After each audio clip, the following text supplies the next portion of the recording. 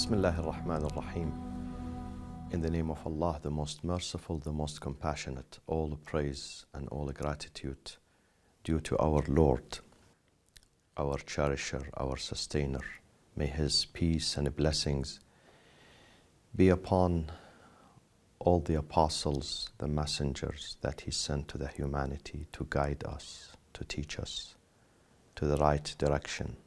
May the peace of the Lord be upon Prophet Muhammad and his pure and immaculate progeny, and in particular his successor, his brother, his first cousin, Amir al-Mu'mineen Ali ibn Abi Talib, alayhi salatu wassalam.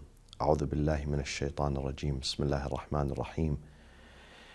إن الذين آمنوا وعملوا الصالحات كانت لهم جنات الفردوس نزلا خالدين فيها لا يبغون عنها حولا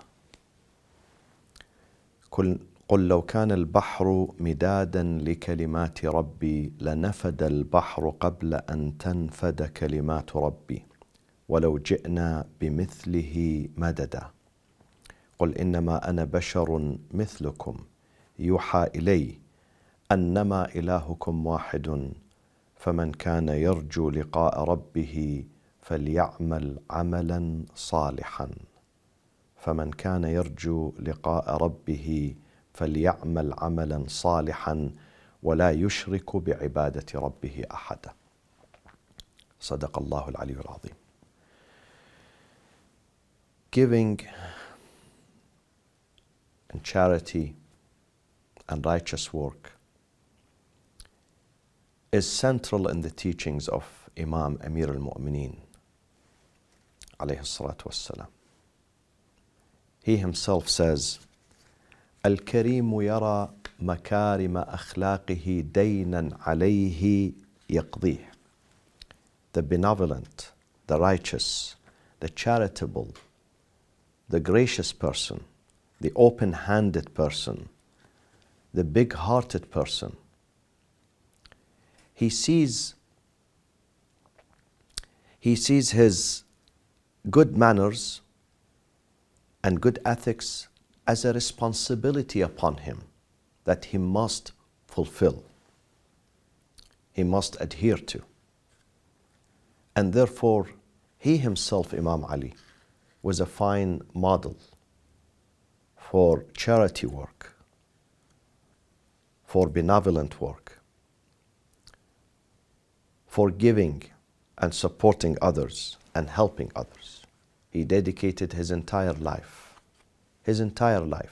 not for himself, but for others, to raise others, to protect them, to defend them, to aid them, to support them, to make them happy in their life. And Imam Ali alayhi salam would not wait for people to come to him. Before his Khilafat and during his leadership and Khilafat, he would go to others. He would reach out to them. He will take the first step in going and finding others and searching for them, reaching out to them, feeding them, giving them comfort, giving them peace of mind, giving them sense of security, sense of honor and dignity. He himself states, السخاء ما كان ابتداءً. Real generosity is when you reach out to others. You go to others. You don't wait for them to ask you for help. You reach out to them. أما ما كان عن مسألة فحياء. But if someone comes and begs you and asks you for help and you give him, we don't call this generosity anymore. We call this embarrassment. He had embarrassed you, so out of embarrassment you give. But the real generosity is when you have the sense of understanding, the sense of compassion. Before that person, before that family comes to you and asks you, you go to them. You don't allow them to come and ask, because people have sense of dignity, because people have sense of pride. And we should not expect them to lower themselves We reach out to them. And therefore, Imam Ali alayhi salam, whenever he receives any amount of money, whether it is small or big, and sometimes the house of a treasury in Kufa, in the capital of Islam, would get overwhelmed with the income, with the kharaj that he used to receive from donors, from charitable people. The money of zakat, almsgiving, they would give it to him. He would not sleep the night. He would not go home until he distributes all this money, the entire money, to those who are needy. And he would ask his governors, those who work for him in other states, in other provinces, to do the same, to learn from him. He would instruct them that once you get the money of the kharaj or the zakat or other sources, do not keep it, do not accumulate that in the house of a treasury, Baytul Mal. Try to disperse this money. Try to give it away to the needy. Don't keep it there. Don't keep it there while people are living in misery. People are hungry. People cannot afford sustaining their families. People are homeless, shelterless. Try to reach out to them.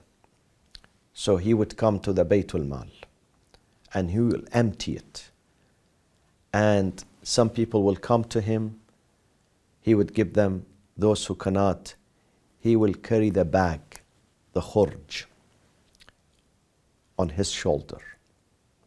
And he will go and knock at the doors of those who are impoverished, those who have been deprived in the city of Kufa, in the middle of the night.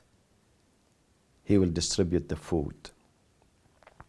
He had a program for food drive every single night. Every single night. He will do the same thing, taking the food, the aid, the money to those who have been deprived. He would not come home until he accomplishes his mission first. And then he comes to Bayt al-Mal when it is empty completely, and then he will do 2 units of prayers, giving thanks to God who enabled him to take this money to those who need it, to those who are needy, to those who have been neglected. He will pray to God, thanking him. We have to learn the same from Amir al-Mu'mineen.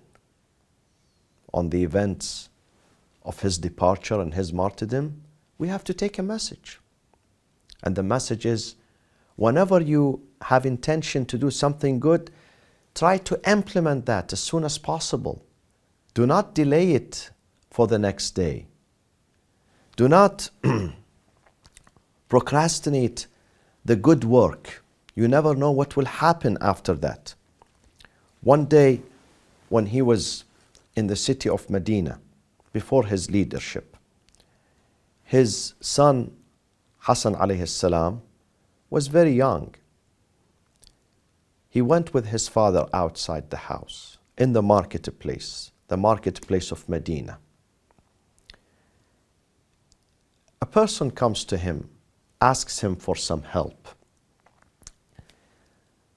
Imam Amir al-Mu'mineen says to that person, wait here, wait a minute. And then he sent his son, Hassan alayhi salam, he says, go to your mother, tell her we have 6 dirhams with you. He had saved some money to purchase food for his family with that money. 6 silver coins. Tell her to give you the money. So Imam Hassan went to his mother, Fatima al-Zahra, peace be upon them. And he takes the money from his mother. He comes back to his father. The father gives the money to this beggar. And he stands there.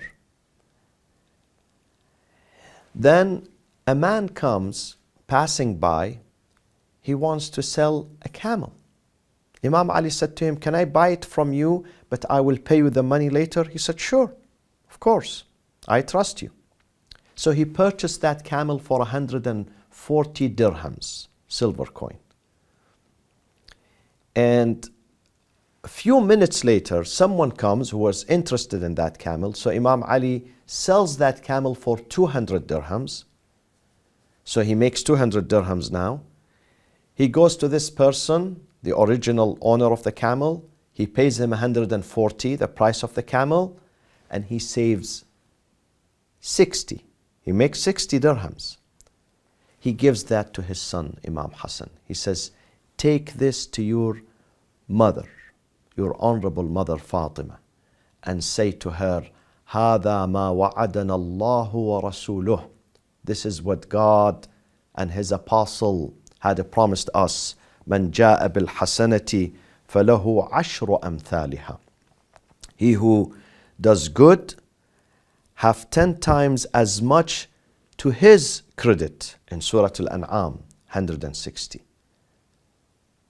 So Imam Ali was able to save the dignity of a needy person by giving him the 6 dirhams, and then with a small purchase, with a smaller process of trade, a business, simple business in the market, God gave him within a few minutes, rewarded him 10 times what he gave away.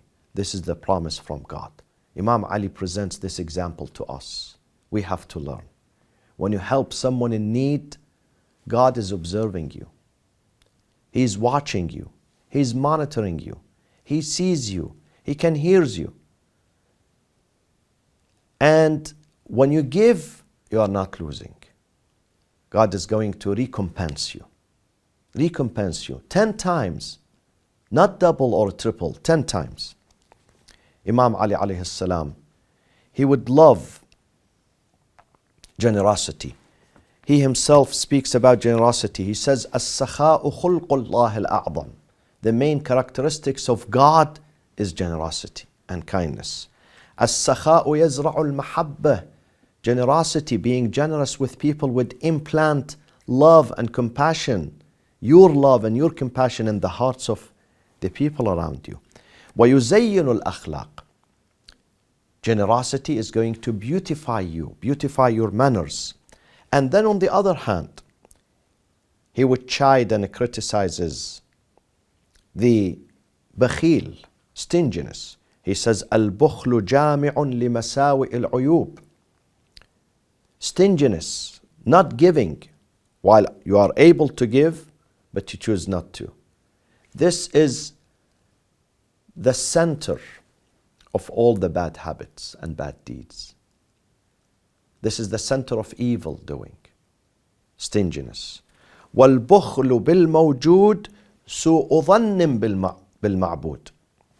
When you have the money, when you have the food, when you have the space, and you don't want to share it with others, this means that you distrust your Lord.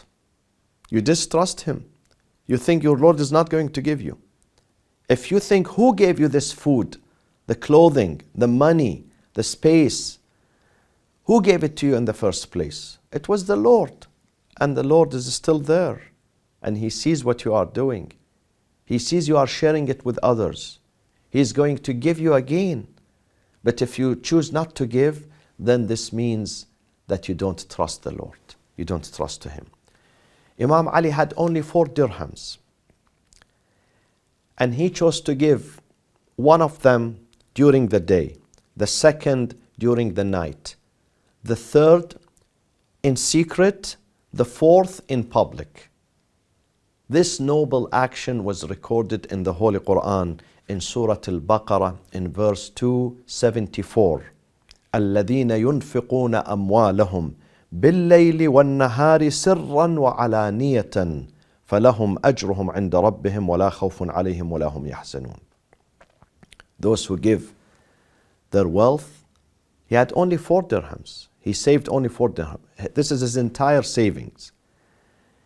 Those who give during the night and the day in private and public, they have their own reward with their Lord. وَلَا خَوْفٌ, there shall be no fear upon them, neither they going to grieve. Those are the happiest people. People who give for the sake of God. Imam Ali, when he gave, he did not give for the sake of publicity or fame, but God knew about his intention. And God was well aware about his deeds. So God himself publicized this, wanted people to know about it. This is a public declaration by God, recorded in the Holy Quran, referring to an act of genuine charity and generosity and kindness of Amir al-Mu'mineen. In one of the battles, the military combat between Imam Ali, between the army of Islam and the non-believers, one of the non-Muslims, non-believers, in the middle of the battlefield is erupting, people are engaged in combat, and that person says, I like your sword, would you give it to me? Imam Ali throws the sword to him. And the man says, oh man, you give me your sword while you need it in the middle of the battlefield? Imam Ali answers him, Ya hada innaka madatta ilayya yad al-mas'ala. You asked me for it. وَلَيْسَ مِنَ الْكَرَمِ أَنْ يُرَدَّ السَّائِلِ. It is not part of generosity and kindness and honor that when someone asks you for something, you repel him, you don't answer him. So you asked me, and I had to give it to you. The man moved from the other side, from the side of the non-believers. He came to the side of Amir al-Mu'mineen, saying to him, truly I witness you are one of the true servants of God. These are makarim al-akhlaq, the jewel of the manners. You implement the true teachings of divine messages, and therefore, because of this noble act, now you convinced me that I have to turn my face to Islam and accept Islam. Finally, Amir al-Mu'mineen says, avoid the three qualities. Stay away from them. Al-jubnu wal-hirsu wal-bukhl. Covet, crave, and greed. These three things, stay away from them. Gharaiz, these are desires. Yajma'uha, the common thread between them. Su'u dhann billahi subhanahu wa ta'ala. These three traits. One of them is the jubn. When someone does not have a bravery, does not have self-confidence in himself. He's always afraid, he's always weak. Wal-hirs, coveting. And greed, bukhl, these three bad elements, there is a common denominator between them, and that is the mistrust in God. When someone does not trust God, he's going to behave that way. We ask Allah subhanahu wa ta'ala to enable us to follow the example of the Prophet, peace be upon him, Ahlulbayt and Imam Amir al-Mu'mineen, alayhi salatu wassalam. Wassalamu alaikum wa rahmatullahi wa barakatuh.